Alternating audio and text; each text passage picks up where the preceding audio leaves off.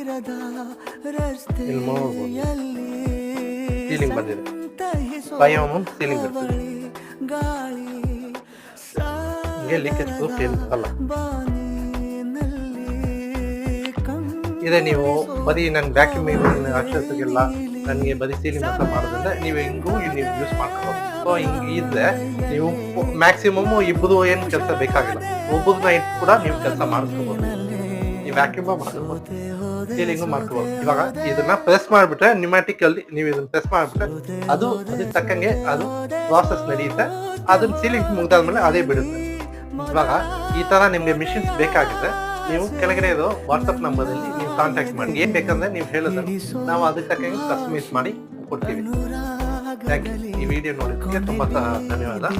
ಈ ವಿಡಿಯೋ ನಿಮ್ಗೆ ಇಷ್ಟ ಆದರೆ ಲೈಕ್, ಶೇರ್, ಸಬ್ಸ್ಕ್ರೈಬ್ ಮಾಡಿ, ಹಾಗೆ ಬೆಲ್ ಐಕನ್ ಇದ್ರೆ ಪ್ರೆಸ್ ಮಾಡಿ. Thank you.